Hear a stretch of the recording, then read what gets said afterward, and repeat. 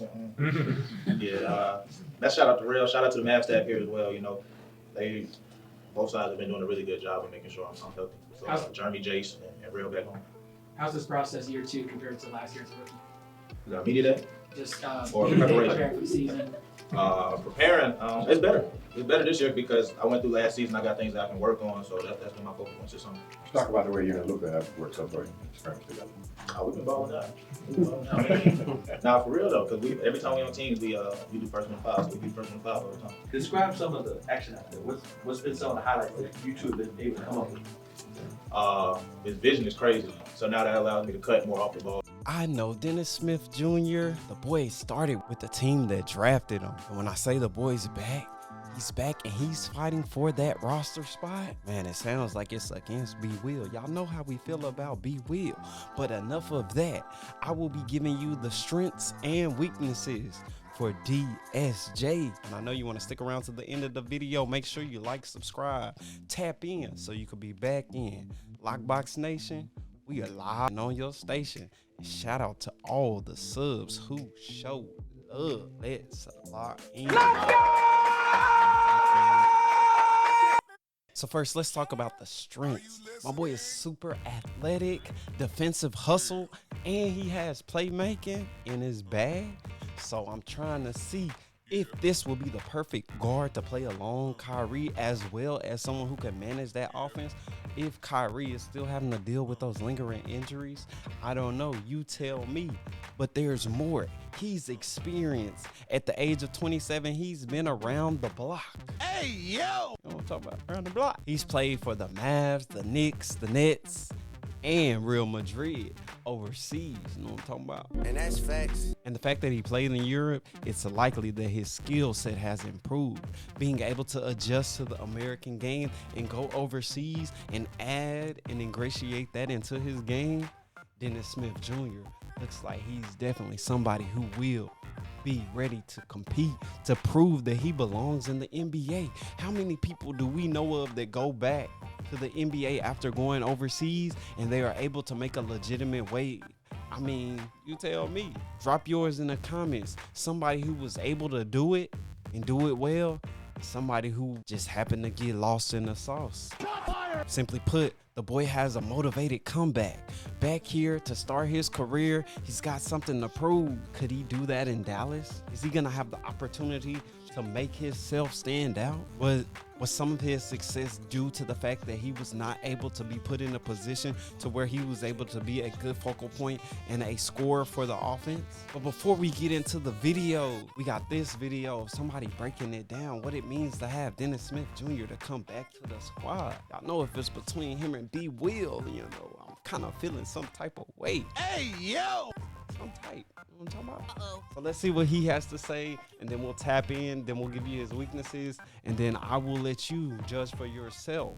And if you stuck around this far into the video, make sure you like, subscribe. Go ahead, tap that like button. I know it's been a minute since I posted. I've been going through some things. However, I appreciate you for being here to support. Matter of fact, while you at it, hype me up. Hype me up. Wait a minute. Wait a minute. All right, back to the vid. Let's get it. So the Mavs just brought back Dennis Smith Jr. When I think of Dennis Smith Jr., the first thing I think is defense. Dennis Smith Jr.'s defense numbers have taken a big step forward since his first run with Dallas, and the stats back it up. With the Brooklyn Nets in the 2023 to 2024 season, he ranked second in steals per 36 minutes among players with at least 1,000 minutes logged. That's no small detail. His 1.2 steals per game rate shows he's more than just active. He's disruptive in ways that actually flip possessions. That level of activity makes a So, quick question. How disruptive do you think, so tell me, do you think that this is accurate? That defensive grid, does Dennis Smith Jr. show that tenacity on this side of the ball? Is he gonna be able to provide the Dallas Mavericks with all the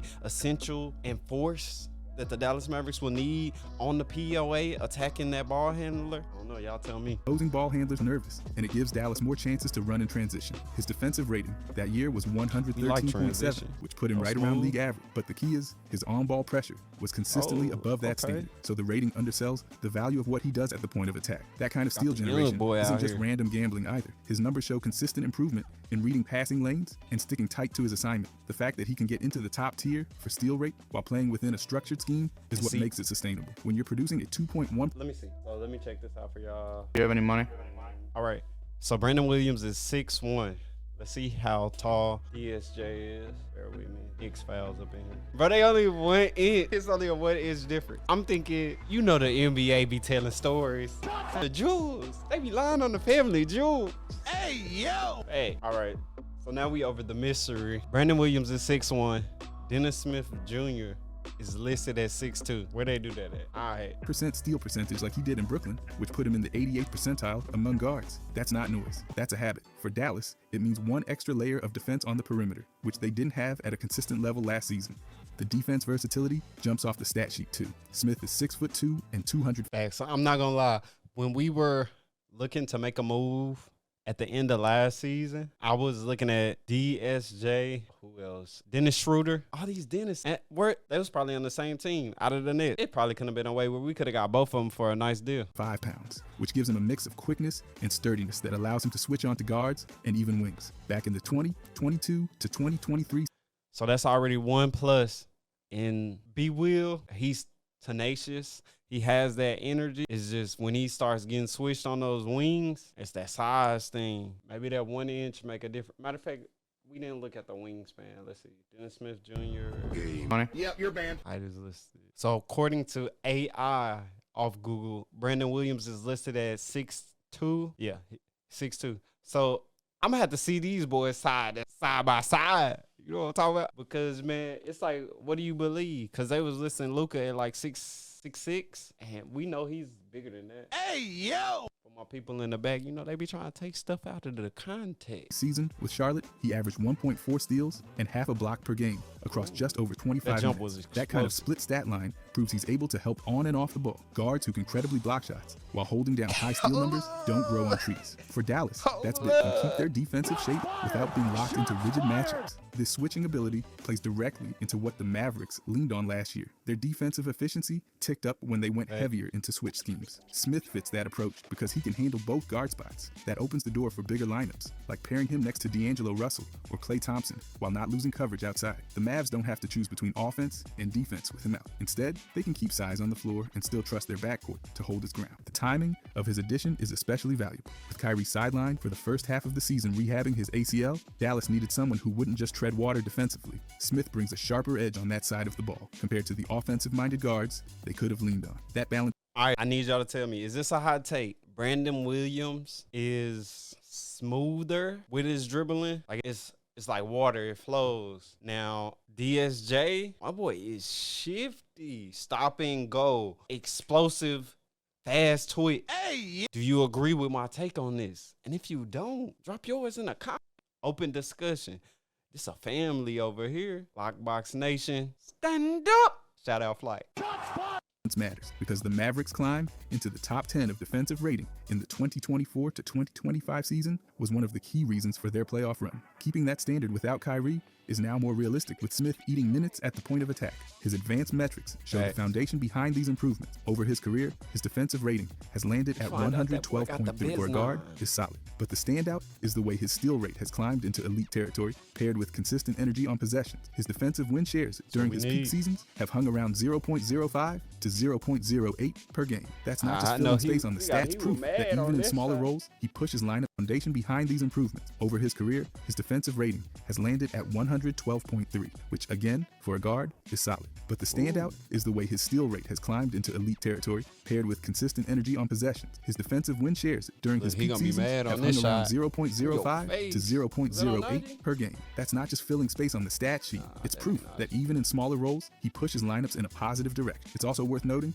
that his overseas stint with Real Madrid in the 2024 to 2025 year wasn't wasted time. Playing in systems that drill team defense first sharpened his fundamentals. You can see it in how he anticipates, rotates, and communicates now. That growth slots right into what Jason Kidd has emphasized. We gotta take that back. Stats don't measure communication directly, but the defense first sharpened his fundamentals. You can see it in how he anticipates, rotates, and communicates now. That growth slots right into what Jason Kidd has emphasized in Dallas. Accountability and structure on the defensive end. Stats don't measure communication directly, but the consistency of his defensive metrics after returning suggests he's applying those lessons in a measurable way. Lineup flexibility is another statistical bonus here, because forcing turnovers and mistakes at the point of attack, and another, cleaning up the mess with length and timing. That pressure at the perimeter helps Flag in another way. Flag's defensive in Dallas, those disrupt. Some guards rack up steals, but blow coverages constantly. Smith's numbers don't point to that, and they don't have to panic about rotates and communicates now. That growth slots right into what Jason Kidd has emphasized in Dallas: accountability and structure on the defensive end. Stats don't measure communication directly, but the consistency of his defense metrics after returning suggests he's applying those lessons in a measurable way. Lineup flexibility is another statistical bonus here. Because Smith can log heavy minutes without being a liability on either guard assignment, Dallas can experiment more freely. They can run jumbo lineups, they can try 3-guard looks, and they don't have to panic about matchups. It all shows up in the numbers when you look at how his team's defensive efficiency held steady or improved when he was on the floor in both Charlotte and Brooklyn. Those are the kind of building blocks that keep a team competitive over an 82-game season. When you dive into the percentile stats, it just keeps confirming the story that Okay, come on. Are y'all feeling these highlight? Got me over like, bro. Yeah. My boy done on that boy straight. We don't teach these kids to fight 88th with anger. percentile steal rate, the ability that's to not the average Miyagi-Do over way. 1 steal and half a block per game across multiple seasons, the stability of his defensive rating across different rosters, all of it adds up. He's not an all-defense selection, but he's statistically reliable in a way that matters for a team like that, especially when you line him up next to offensive creators. His defense gives balance to lineups that otherwise lean too heavy. Hey, fact. That's one thing that we were heavily invested in getting was a POA, somebody that can come in and make that stop to allow us not to have to put so much energy in guarding those perimeter passes, those fast passes meant to get the defense to rotate. It's good to have them.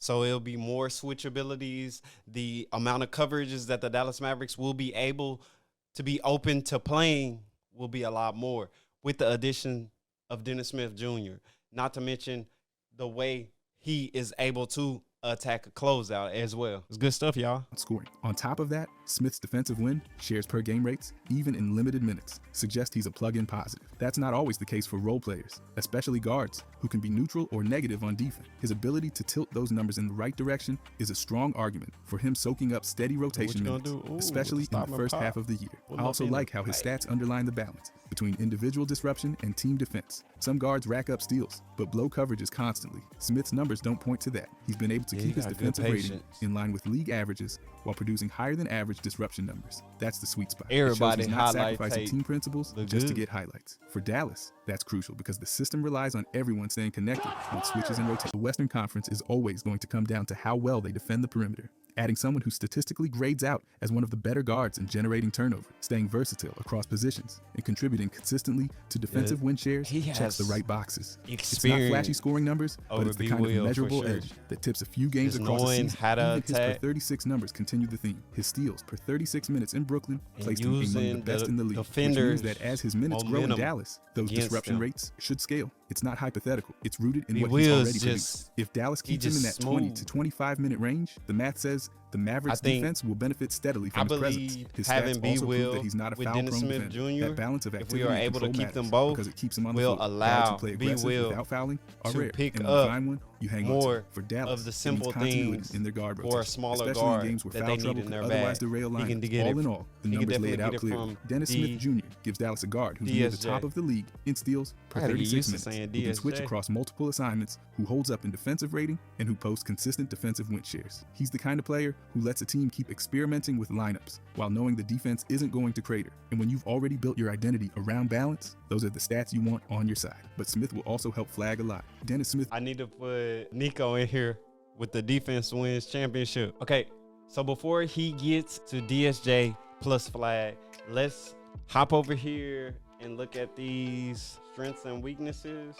So if you caught the beginning of the video, you have his strength. Now I'm about to give you his weaknesses, or what can be seen as not as strong as his strength, if that makes sense. All right, let's pull that up. Okay, so based off the clips that we have seen so far, I don't see how this can be such a big weakness for DSJ. See, I'm getting better. Okay, so it says shaky offense. Dennis used to score a lot, 15 points per game as a rookie, but lately he has been inconsistent, averaging 6.6 points in his last NBA stint. His three-point shot is roughly under 30% for his career, which can be looked at as it does not help a NBA team when shooting is king. But if you are able to attack the space that they give you, pull up in the mid-range, create a passing lane for somebody else, we'll take it. So I'm not really worried about the shaky offense. If you are, matter of fact, I need to know your top 2 strengths and your top 2 weaknesses that we should be focusing on. What does DSJ do well that you would like to see him do more of? And then what are his weaknesses that you think or feel he should work on to the Mavericks in the best position this season? Okay, so it says crowded backcourt. Dallas is stacked with guards. D'Angelo Russell, Exum. Hey, man, I just don't want to see my boy in no Erykah Badu. You know what I'm saying? In the Erykah Badu rap. Hey, yo! Dennis needs a killer training camp to beat out guys like Brandon Williams for a roster spot. Man, and we already went over. One site said Brandon Williams was 6'1". I saw another place that said he was 6'2". Dennis Smith Jr. is listed as 6'2" with a 6'3" wingspan. And B. Will, I was unable to find his wingspan at the current time. So B. Will is definitely somebody who has definitely a higher ceiling. But as far as where they are right now, I feel DSJ has a lot of knowledge and positioning information that he can give to Brandon Williams to get him where he needs to be for next year or throughout this upcoming year when we get down to the playoffs and when we're throwing those guys in that rotation. You know how Jason Kidd like to play. For all we know, we might have 4 guards on the court one game. I already know how we feel about the injuries. And that's facts. Just saying. He has had some injuries in the past, like an elbow issue. And you know that's when you get the flick of the elbow. So you got to make sure that elbow is on point. This was in the 2021-2022 season. He definitely seems healthy now. Something to definitely keep in mind as the season progresses. Limited fit. Is there a limited fit between Brandon Williams, DSJ, Dante Exum? Pick one. If we had to put at least 1 or 2 out, who would have to be put out of the guard rotation? Just saying. We got to make these tough decisions. I mean, when you in Sparta, you got to do it as the Spartans do, man. We in the battlegrounds, man. You know what I'm saying? They talking about the vow. And that's facts. The Mavs are a top team with stars like Kyrie, Luka Doncic, who was recently traded, which is somewhat ironic. I kind of feel the fact that he's here, we got Luka, and they moved on from him. It's like, should you have just kept him from the beginning? Just some things I think about. Everything happens for a reason, and nobody can stop your purpose. So it might have been his purpose for him to be in Dallas. Now, here is the darkest part of the weaknesses. There's a G League risk. The Mavs have signed him partly, but for their G League team. If he doesn't impress in camp, he could end up there instead of in the big leagues. That's tough. Hey, yo! All right, so we gonna check out probably this part, him plus Flag. And then if y'all want a part 2, then we'll think about it. We might go a little longer. Junior's presence alongside Cooper Flag gives the Mavericks some very real advantages, and the numbers show exactly how it all comes together. Smith's defense is where the partnership starts to click. In the Brooklyn season of 2023 to 2024, he ranked 2nd in the league in steals per 36 minutes among players with at least 1,000 minutes. That translates. Hey, y'all know how we feel about the cookies. And that's facts. We be taking all the cookies. You know what I'm talking about? Uh-oh. Give them some cookies. Into 1.2 steals per game in under 19 minutes of action. What that means for Flag is that Smith takes away a chunk of the perimeter stress. When Smith is hounding a primary ball handler into rush passes, Flag gets to use his size and instincts as a help defender instead of chasing guards. He's nice. It's the perfect complement. One player forcing turnovers and mistakes at the point of attack, and another cleaning up the mess with length and timing. That pressure at the perimeter helps Flag in another way. Flag's defensive calling card has always been his versatility. He can guard wings, he can switch onto forwards, and he can rotate to Yeah, I honestly believe the Dallas Mavericks are going to be playing a lot of positionless basketball this season.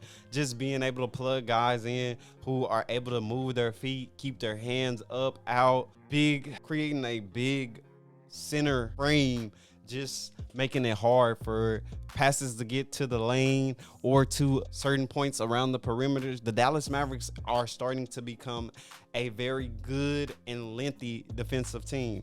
Hey, your boy used lengthy out here, man. They be trying to catch me slipping. The race is Smith's. The Mavericks were stronger last year when they leaned into switch handler, into rush passes. Flag gets to use his size and instincts as a help defender instead of chasing guards all night. It's the perfect complement. One player forcing turnovers and mistakes at the point of attack, and another cleaning up the mess with length and timing.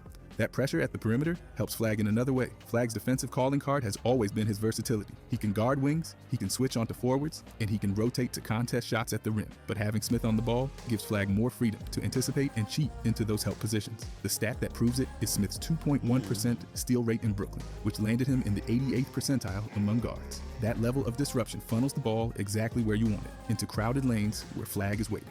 It's not just about Smith's steals, it's about how those steals set Flag up to maximize his weak side shot blocking and rebounding impact. And see what I like about this, especially DSJ, we know how Luka was very methodical, but that pace was a slower pace. But with Dennis Smith Jr., you getting pace, but you getting an explosive separation or first step closer to the basket or away. Oh, wow. That's crazy. DSJ, the Dallas Mavericks, they own something right here. So what's the deal? 2025, 2026? With Kyrie Irving sidelined, Dallas needs guard depth, and we need them bad.